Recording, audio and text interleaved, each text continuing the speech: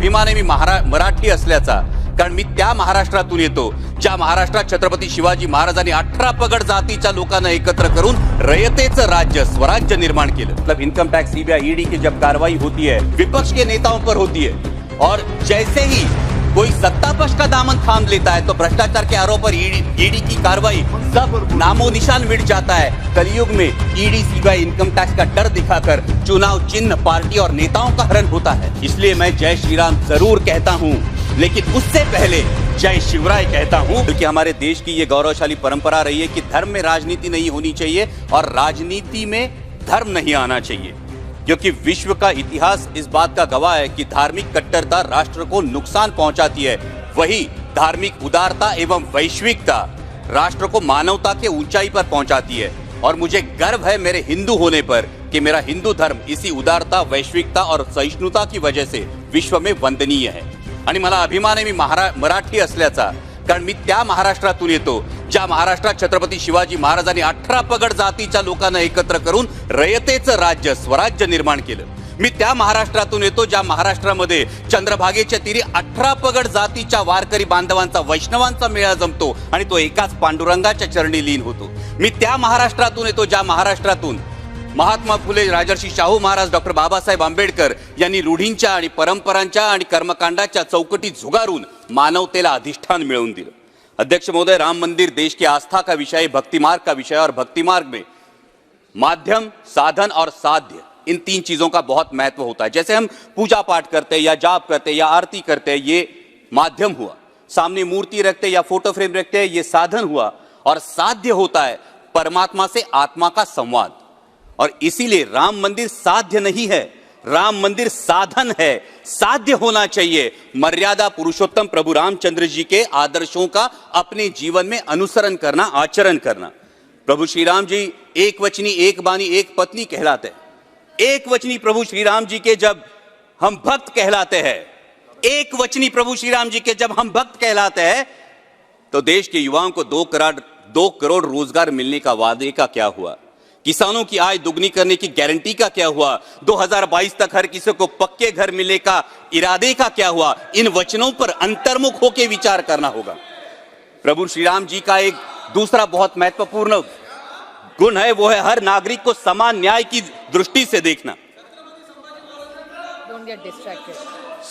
समान न्याय की दृष्टि से देखना।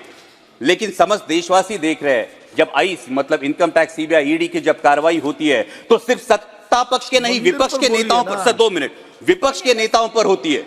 और जैसे ही कोई सत्ता पक्ष का दामन थाम लेता है तो भ्रष्टाचार के आरोप पर ईडी की कार्रवाई सब नामो निशान मिट जाता है। तो क्या ये समान न्याय दृष्टि है? अध्यक्ष महोदय, मैं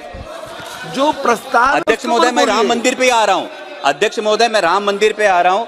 मैं नारायणगांव से आता हूं, जो तमाशा पंडरी कहलाती है, और तमाशा लोकनाट्य ये महाराष्ट्र की बहुत बड़ी परंपरा रही है। प्रस्ताव से सहमत हैं या असहमत हैं, इस पर बोलिए आप। जी, मैं सहमत हूं, इसीलिए इसी पर तो आ रहा हूं। और तमाशा ये हमारी परंपरा है, इसमें वगनाट्य होता है, और ये वगनाट्य व्यंगात्मक रूप से होता है। तो ये व्यंगात्मक रूप से लिखने वाले एक लेखक ने मुझे कहा कि वो कलयुग का रामायण लिख रहे हैं। तो मैंने पूछा कैसे, कलयुग में कैसे राम होगा?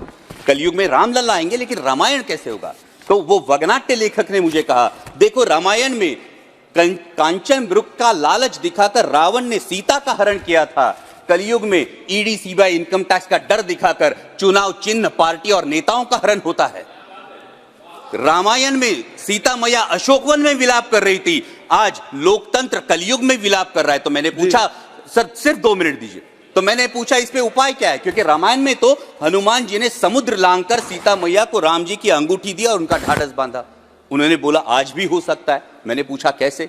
उन्होंने बोला उन्हीं हनुमान जी से प्रेरणा लेकर समस्त देशवासियों को झूठी गारंटी और झूठे प्रोपेगेंडा का समुद्र लांघकर मतदान की अंगूठी देनी होगी और लोकतंत्र का ढाढ़स बांधना होगा। और अंत में अध्यक्ष महोदय, आई एम कंक्लूडिंग, अंत में मेरी ही रची एक कविता की पंक्तियां सुनाकर मैं अपनी वाणी को विराम दूंगा, और इसी के साथ एक कलयुग के उदाहरण का मैं जिक्र करना चाहूंगा।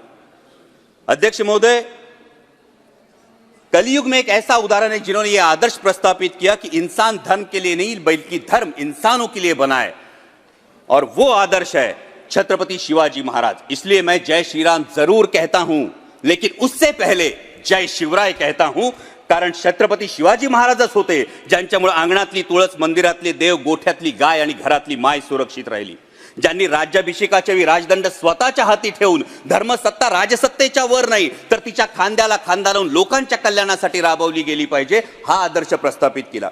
उन्हीं छत्रपति शिवाजी महाराज के राज्याभिषेक की 350वीं वर्षगांठ हम मना रहे हैं और संयोगवश माननीय प्रधानमंत्री जी शिव जयंती के अवसर पर मेरे चुनाव क्षेत्र का अभिमान किले शिवनेरी पर आ रहा है। मैं माननीय प्रधानमंत्री जी का तहे दिल से स्वागत करता हूं और साथ ही में बड़ी विनम्रता से उन्हें याद दिलाना चाहता हूं कि आपके करकमलों से रामलल्ला की प्राण प्रतिष्ठा तो हो गई, राम मंदिर का निर्माण तो हो गया, लेकिन अरबी समुद्र में होने वाला छत्रपति शिवाजी महाराज का शिव स्मारक, जिसका जल पूजन आप ही के करकमलों से 24 दिसंबर 2016 में हुआ था, वो अभी भी निर्माण की प्रतीक्षा। सर सिर्फ 2 मिनट दीजिए, सिर्फ 2 मिनट। और इसी के साथ बराबर एक्सटेंड हो रहे हैं। सर उसी शिव स्मारक, एक ही स्पीकर हूं सर, और उसी शिव स्मारक के साथ मेरे चुनाव क्षेत्र शिवनेरी किले के परिसर में शिव संस्कार स्मारक बनाया जाए, जिससे देश के युवाओं को माता और मातृभूमि के लिए सर्वोच्च योगदान की प्रेरणा मिलती रहे। और अंत में मेरी कविता की पंक्तियां सुनाकर मैं अपनी वाणी को विराम दूंगा। मंदिर का निर्माण हुआ, रामलल्ला भी विराजमान हुए। मंदिर का निर्माण हुआ, रामलल्ला भी विराजमान हुए। अब जिम्मेदारी बनती है और सवाल भी उठता है, अब जिम्मेदारी बनती है और सवाल भी उठता है, रामलल्ला तो आ गए, अब राम राज्य कब आएगा? मंदिर में घंटा बजाने से, पूजा अर्चना करने से दिल को सुकून तो मिलेगा, परंतु मेरे देश में राम राज्य कब आएगा? आस्था के विषय पर राजनीतिक रोटियां सेकने से चुनाव प्रचार का मुद्दा तो मिलेगा। आस्था के विषय पर राजनीतिक रोटियां सेकने से चुनाव प्रचार का मुद्दा तो मिलेगा, परंतु मेरे देश में राम राज्य कब आएगा? राम राज्य तो तब आएगा, राम राज्य तो तब आएगा जब धोबी की तरह आम देशवासी की शंका का समाधान होगा, जब आज की शबरी के बेरों का आदर और प्रेम पूर्वक स्वीकार होगा, जब किसान, मजदूर, महिला, हर नागरिक के साथ समान न्याय होगा, किसानों को मेहनत का सही दाम और मेरे हर युवा के हाथ को काम होगा। राम राज्य तो तब आएगा। सर सिर्फ 2 मिनट कंक्लूडिंग सर। राम राज्य तो तब आएगा, राम राज्य तो तब आएगा जब मंदिर पर लहराता भगवा तिरंगे का रंग प्रतीत होगा।